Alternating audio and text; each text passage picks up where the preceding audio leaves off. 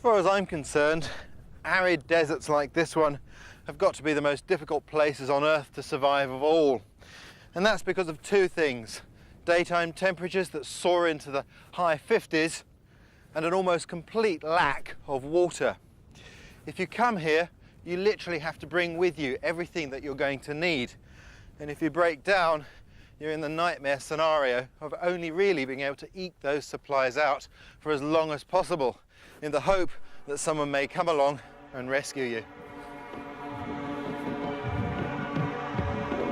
Desert covers a fifth of the Earth's surface, and of all the deserts, the Sahara is by far the biggest. You could fit the whole of Europe in and still have room to spare. And it's a tough place to survive, with temperatures hitting 50 degrees centigrade and some parts that haven't seen rain for years. In such a difficult place, you might well ask the question, why come here in the first instance? Well, the answer to that is quite simple.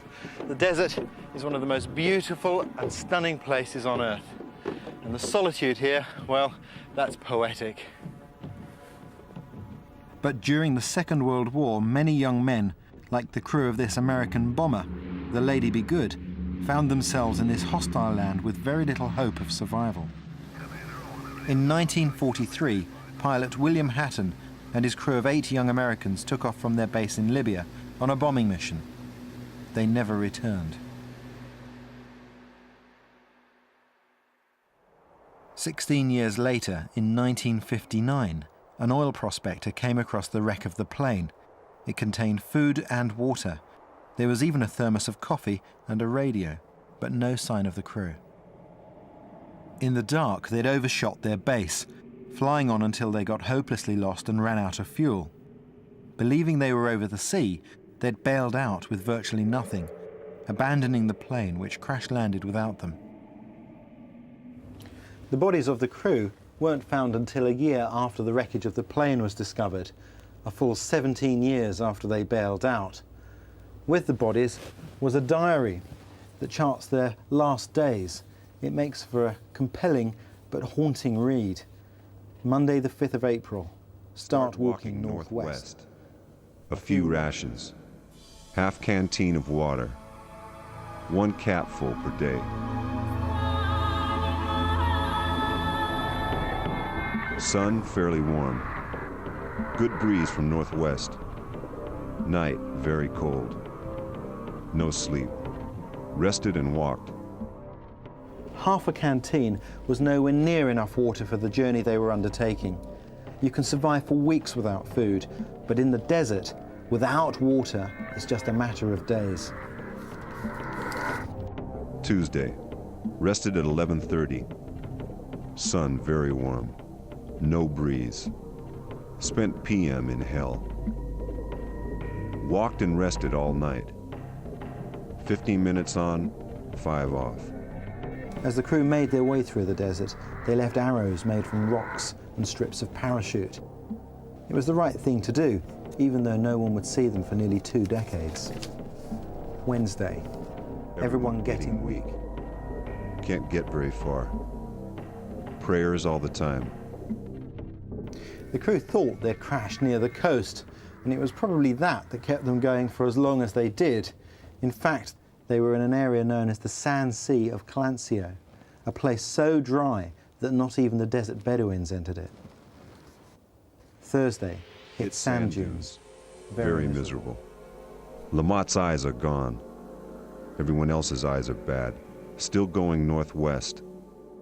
They were probably suffering from sand blindness, a condition very similar to snow blindness caused by the glare of the bright sunshine from the white sand. Saturday. No sign of anything. Really weak now. Can't walk. Pains all over. Still, I'll want to die. And the final entry says simply, Monday the 12th. No help yet. Very cold night. They'd survived for 8 days, having covered an unbelievable 70 miles, enduring 130-degree heat. But when their bodies were found, they were still 400 miles from the Mediterranean. they never had a chance. The tragic tale of William Hatton and his crew is an incredible story of endurance, but it's also a salutary one. The Lady Be Good is as big as 4 buses, and there was no trace of it for 16 years. So how do you rate your chances of being spotted in one of these? Because today this is the most common way that you'll find your way into a desert in a 4x4. A vehicle like this is your most important piece of equipment because not only is it your transport out of here, but it also carries all of your basic life support.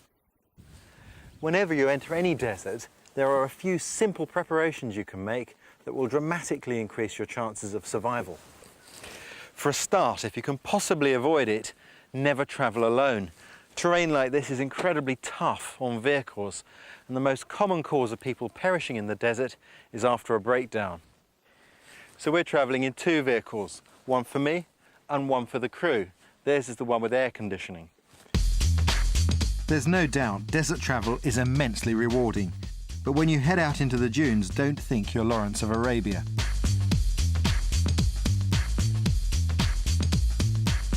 Use the best equipment. Plan your route. Let someone know where you're going and when you're coming back. Once you've made a plan, stick to it. Leave your route and you're as good as signing your own death warrant, because this is a very small needle in a 3 million square mile haystack. Above all else though, it's the vehicle that needs the most preparation. And that's not something to do on the spur of the moment. It needs careful forethought. To give you some idea, this is my kit list for just this sort of expedition.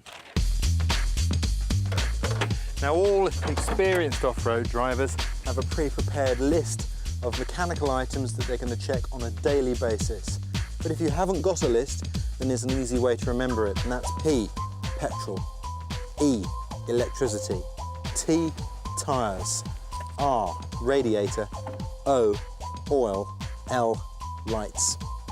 And of course the last thing you want in the desert is a vehicle fire, so always carry your spare fuel in metal jerry cans. Plastic ones just aren't up to the job.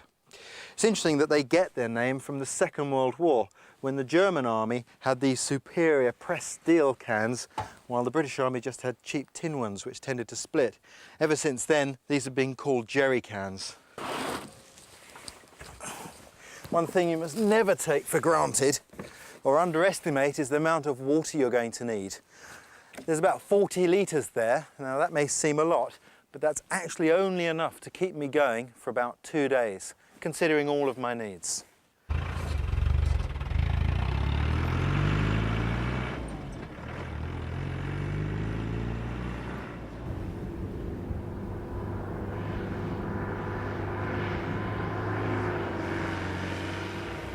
Too many people come out to the desert and bob around in their 4x4s as though they're in the Paris to Dakar rally. Driving off-road requires patience, concentration, and a few simple driving techniques. One important tip is to keep your thumbs out of the wheel, because if you hit a rock and the wheel turns suddenly, the bar can be thrown around and break them. Driving in sand, you want to get into the higher gears, pull away in second and try to get into third quickly, but you have to build up momentum. If you put the clutch in and you're not going fast enough, you simply stop.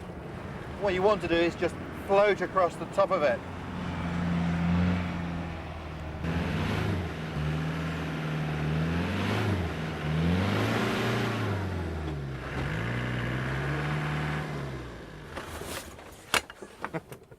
Well, if you drive long enough off-road, you're inevitably going to get stuck. It's normal. It's all part of the game, and it's no drama. It's not such a difficult thing to get out. I could just lower the tyre pressures here and pull straight out, but these vehicles are really well equipped. We don't need to go through the hassle of letting the tyres down and re-inflating them. There's another way. The really good news is that the differential here isn't touching the sand. If that was, then the weight of the vehicle is supported by it, and it would be a much bigger job of digging. So what I think I'll do is just remove the sand that's impeding the progress of the rear wheels and be out of here real quick. These are sand mats or sand ladders, whatever you want to call them, and they're excellent because they can basically give you a road surface to drive on in soft sand. Of course, I don't want to stop too quickly once I get out of the sand, so there's one last trick, so I bring these with me.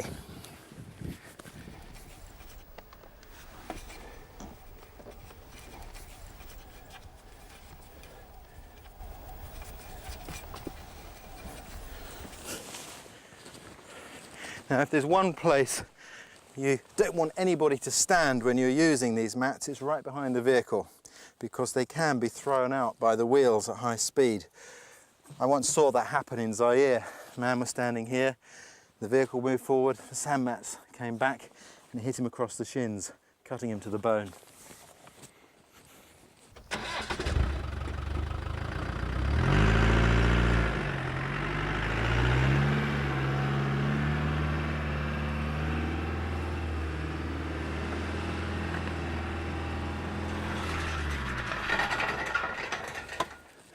Well, there you go. The vehicle's on hard ground and the sand mats are with me. I don't have to go back for them. And of course, efficiency is a basic principle when you're out in the outback.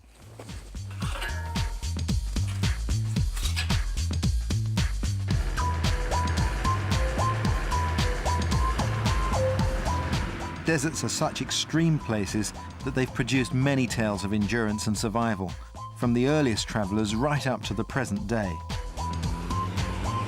Like the story of Robert Martin, a young German who was working for an oil company in the desert in Oman.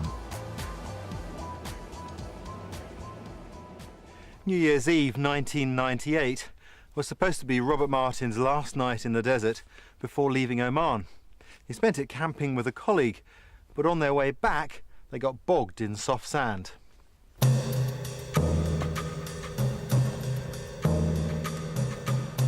Robert knew how to get himself out and used an air jack to get the car free. By plugging onto the exhaust, it lets the car do the work of digging itself out.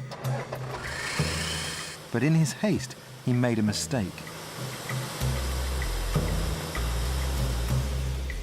I put the air jack under the tank, and that must have caused the fuel pump, which was inside the tank, to break off its fixings.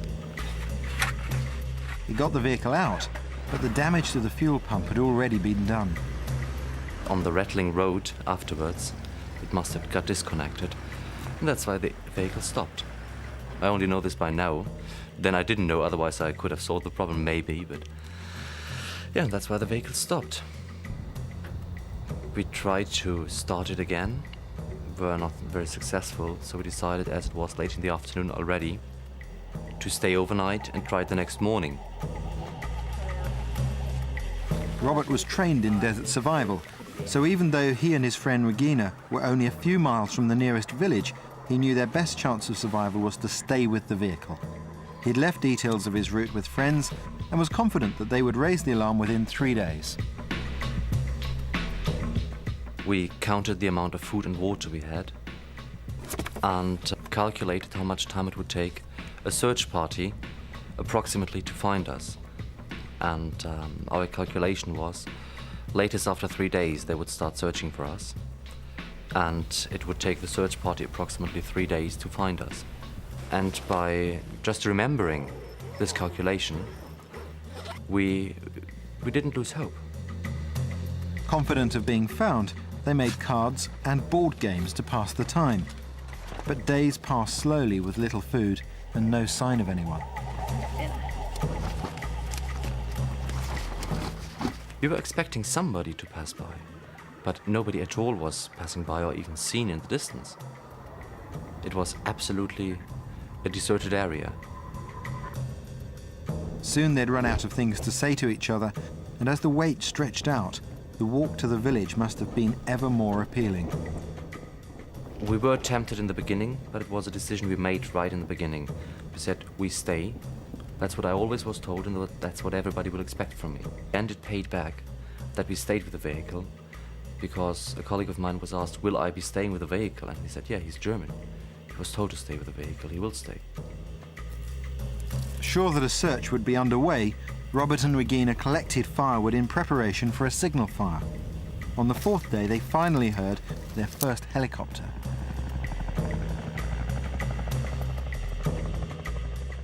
We saw the helicopter a couple of times, and we were always surprised why they didn't see us. The smoke from their fire was too thin to be seen. One day they came close, about 500 meters, and we were surprised why they were just leaving. It wasn't until they lit a tyre from the car that the helicopter finally spotted them.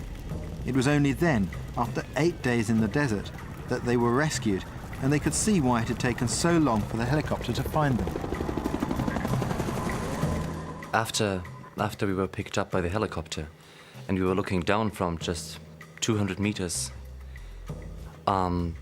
we couldn't see the car anymore. So, very difficult for a helicopter to find.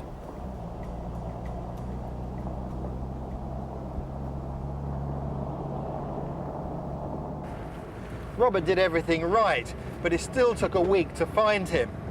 One more day, and he reckons he'd have had to set off on foot. And if that happened, his chances of being found would have been virtually nil.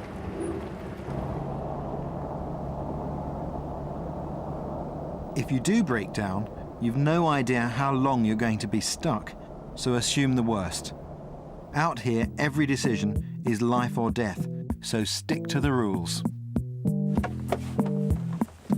The first rule of desert survival is always stay with your vehicle. And the second rule, get in the shade. I always carry a parachute with me because they're ideal for creating shelter. And that's another reason why you should always stay with your vehicle. It's not just the most visible thing you've got, it's a huge emergency kit.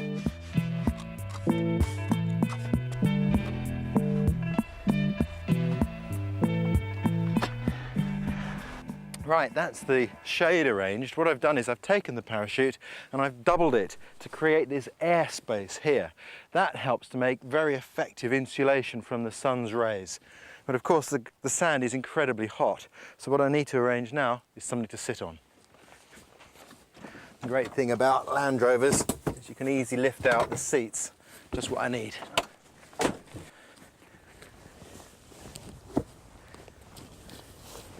Well, that's great. Now I'm comfortable. And the important thing about having shade is it enables me to think clearly. If you're trying to make important decisions about survival under the baking heat of the sun, it's very difficult to make the right ones. So stay calm, keep your mouth shut and roll your sleeves down. You've got to do everything to conserve moisture. And when it comes to water, you have to be sensible. You don't want to over-ration it, because it's no good in here. It's got to be inside you if it's going to help you. So don't waste it, but do drink.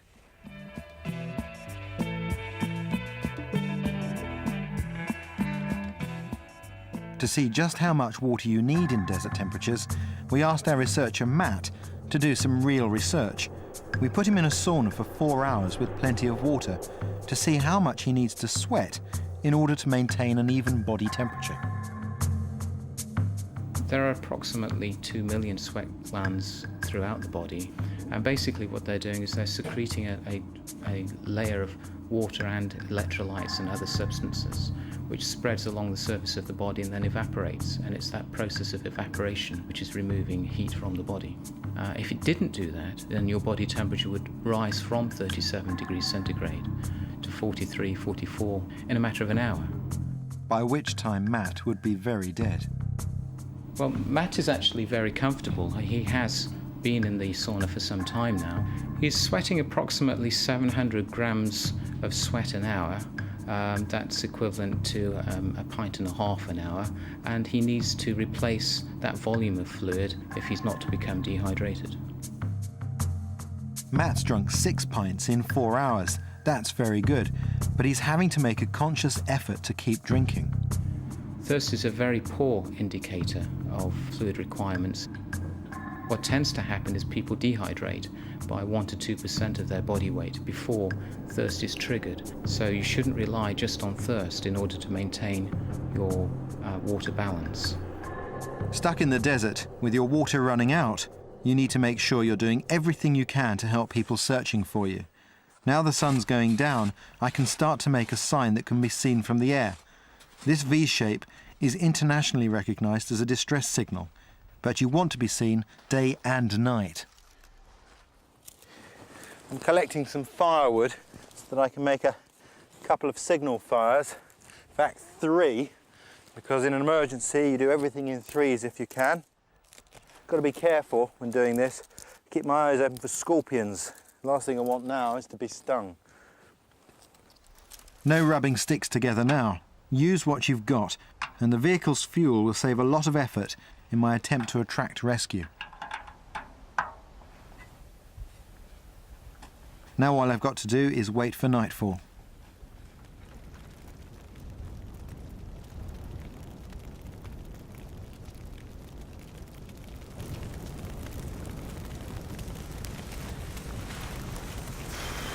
It gets real cold in the desert at night.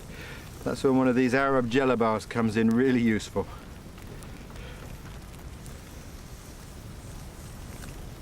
I feel like Obi-Wan Kenobi.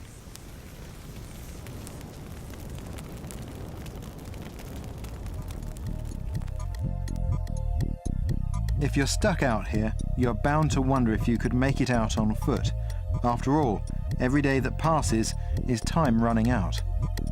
So the temptation to get up and go will be huge, but you must resist. But part of me has always wondered how far I'd get, and now I'm about to find out.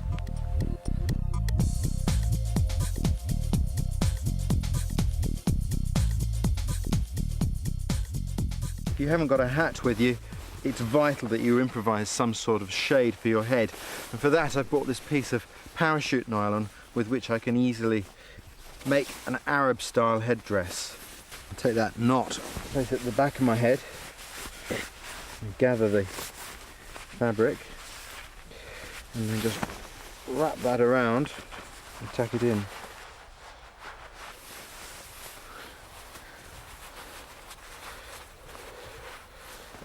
Just tuck the rest into my shirt at the back.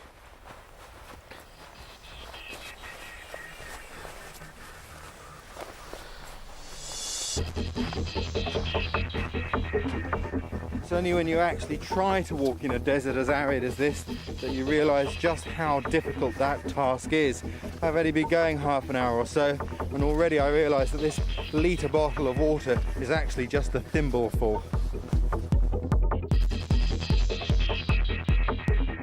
If I'm not to suffer sand blindness like the crew of the Lady Be Good, I need some way of protecting my eyes. And with the sun beating down, you've got to use whatever's to hand.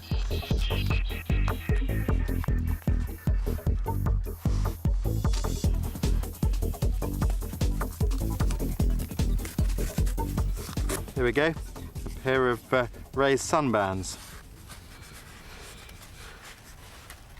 Perfect if I ever make it back to the King's Road.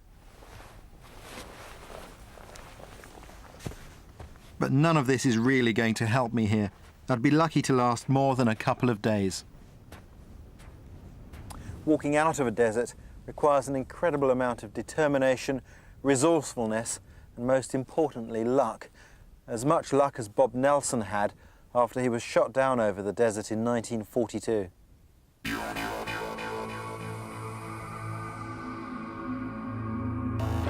Bob managed to grab a few supplies before his plane blew up. Some tins of tomato juice, serve cool, a water bottle, torch and compass were all useful, as was Benzedrine, an amphetamine provided to keep him going with little food or sleep. But his crepe-soled desert boots weren't really up to the journey ahead. For 7 days, the only living things he saw were flies. During the heat of the day, he rested, walking only at night, signalling forlornly with his torch to try and attract aircraft.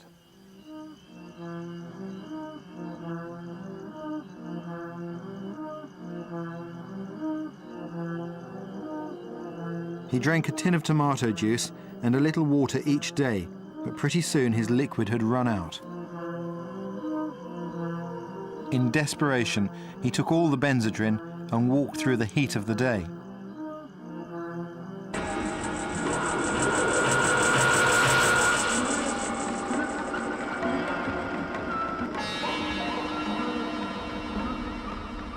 It was a desperate thing to do, and eventually he passed out. He came to beside some telegraph poles, thinking that if he broke the line, it would attract attention. He cut several down, but even then no one came. However, the empty petrol tins he found at the foot of the poles probably saved his life. With great resourcefulness, he cut them open. In the morning, condensation had left drops of water on the metal. Licking these was just enough to keep him alive, but after 3 days in the desert, time was running out. Then he had a stroke of luck. He spotted a camel train, which would prove to be his lifeline. A nomad with the camels gave Bob his first proper drink for days. As soon as the liquid hit his stomach, Bob suffered cramps, but he couldn't have survived without this assistance. The nomads looked after Bob and helped him recuperate. After a few days, fully stocked with water and with good directions, he set off alone into the desert once more. Don't forget, this was the middle of the war, so all the time Bob was trying to evade capture and return to Allied lines. Along the way, he came across the burned-out wrecks of vehicles and crashed aircraft, from which he took vital supplies.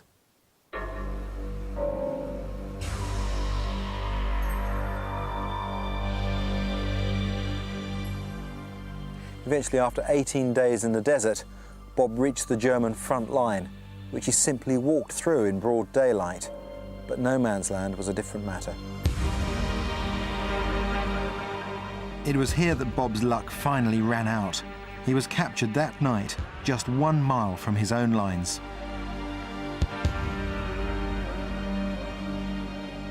But Bob Nelson's extraordinary story didn't end there.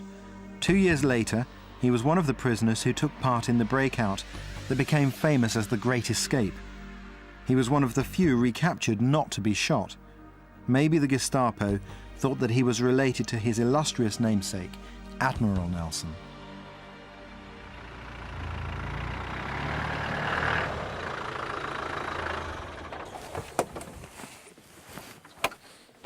Unlike Bob, most of us need rescuing to be able to return safely to food, shelter, and most importantly, a cold drink.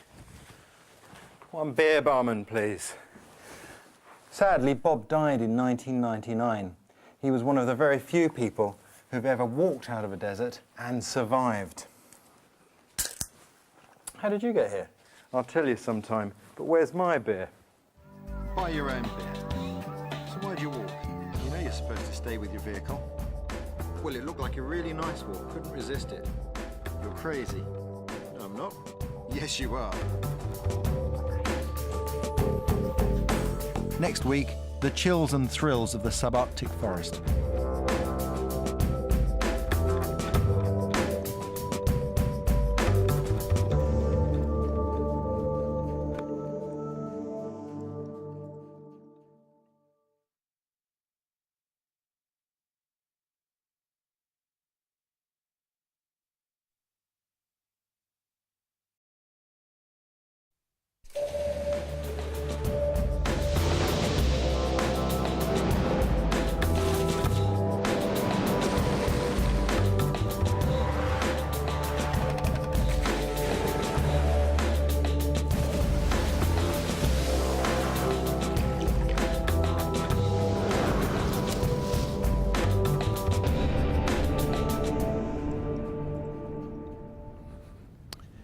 As far as I'm concerned, arid deserts like this one have got to be the most difficult places on Earth to survive of all.